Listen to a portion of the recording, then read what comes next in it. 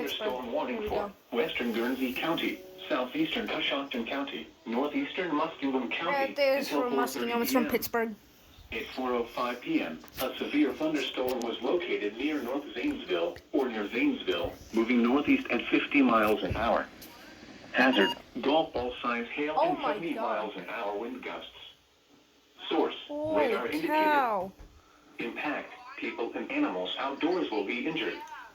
Expect hail damage to golf roofs, ball size siding, hail here. windows, and vehicles. Considerable damage threat. Trees snapped and uprooted. Oh! Power outages can be expected. Locations impacted include Cambridge, New Concord, Gesville, North Zanesville, Pleasant Grove, Plainfield, Norwich, Chandlersville, Bridgeville, Otsego, Drake, and Duncan Falls.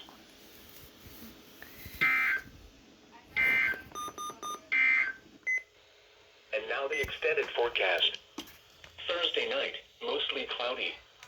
A chance of showers in the evening, then showers likely with a chance of thunderstorms after midnight. Lows in the mid-50s. Chance of rain 70%. Friday, showers in the morning. Wait, what?